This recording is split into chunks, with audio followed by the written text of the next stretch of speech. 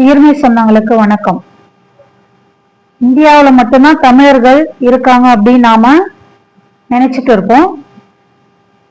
ஒரிசா இருக்குது இல்லையா, ஒரிசா பாலு கடல் ஆய்வாளர் உலகம் முழுவதும் பல நாட்டுல தமிழர்கள் வாழறாங்கன்றத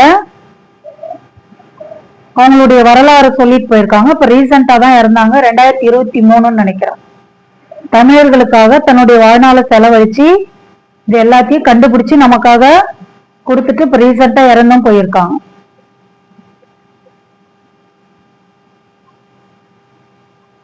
பெரும்பாலான நாட்டுல தமிழர்கள் தமிழ் பேசிட்டு இருக்காங்க, இன்னைக்கும் வாழ்ந்துட்டு இருக்காங்கன்னு நிரூபிச்சுட்டு இருக்காங்க. எல்லா இடத்துலயும் கல்வெட்டுகள் அதுக்கான ஆதாரம் இருக்குதுன்னு சொல்லிட்டு போயிருக்காங்க. கடல் தண்ணியை நம்மளால குடிக்க முடியும் அப்படின்றதையும் நம் முன்னோர்கள் நிரூபிச்சிருக்கிறாங்கன்றதையும் அவங்க சொல்லிட்டு போயிருக்காங்க. பாண்டிச்சேரி யூனிவர்சிட்டியில அதற்கான ஆராய்ச்சி நடந்துன்னு இருக்குது. நம்மளுடைய முன்னோர்கள் பயன்படுத்திய முறையை வச்சு உப்பு தண்ணியை நல்ல தண்ணியா மாத்த முடியும்னு சொல்லியிருக்காங்க. அதை பத்தி தெரிஞ்சுக்கணும் அப்படின்னா தமிழன் சிவிலைஸ்டு, தமிழர் நாகரிகம்னு ஒரிசா பாலையான்னு போடுங்க, யூடியூப்ல சர்ச் பண்ணுங்க, வரும். எல்லா நாகரிகமும் அதுல அவங்க கண்டுபிடிச்சு கொடுத்துருக்காங்க, சர்ச் பண்ணி பாருங்க. ஓ எப்படி எழுதலான்றத பாக்கலாங்களா? ஓ ஓ ரெண்டுக்கும் ஒரே ஒரு வித்தியாசம், அந்த சுழி மட்டும்தான். முதல்ல என்ன போட போறோம்? சுழி.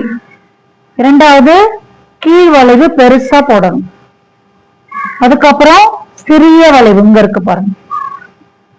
அதுக்கப்புறம் இடது வளைவுனா நிலா போடுவோம் இல்லையா, நிலா மாதிரி இதுல இருந்து இது வரைக்கும் போடணும், அதுதான் இடது வளைவு.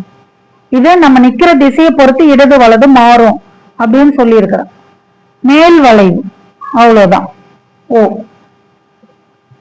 இதே முறைப்படிதான் இதுக்கும் எழுத போறோம். சுழி, கீழ் வளைவு, சிறிய வளைவு, இடது வளைவு, மேல் வளைவு பாருங்க. அப்கோர், இங்கிலீஷ்ல அப்கோர் டவுன்கோர் சொல்லுவோம் இல்லையா, அப்கோர் போட்டு சுழி இங்க சர்க்கிள் பண்ணி காமிச்சிருக்கிறோம். கடைசியா சுழி மட்டும்தான் போட போறோம். அப்படி ஓ ஓ இத நோட்ல எப்படி எழுதலான்றத பார்க்கலாம்.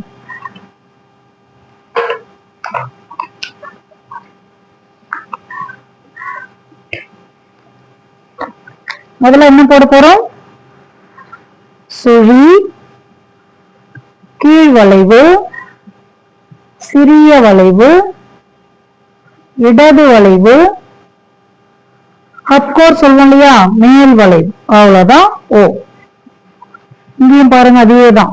சுழி, கீழ் வளைவு, சிறிய வளைவு, இடது வளைவு, மேல் வளைவு, சுழி.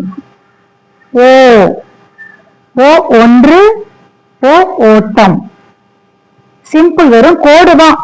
நம்ம பேர் என்ன வேணாலும் வச்சுக்கலாம். அப்கோர் டவுன்கோர்ன்றத மேல் வளைவு கீழ் வளைவுன்னு சொல்றோம்.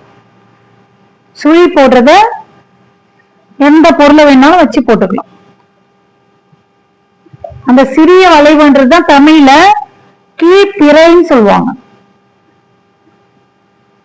பிறைனா நிலா குளிர்ச்சியா இருக்கும் இல்லையா, அதுக்காக ஒரு முறையும் பிறை பிறைனா நம்முடைய உயிரை இயக்குறோம். அதுக்காக தான் நம் முன்னோர்கள் அப்படி சொல்லி வச்சுட்டு போயிருக்காங்க.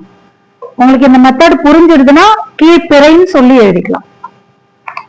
அடுத்த பதிவில் பார்க்கலாம்.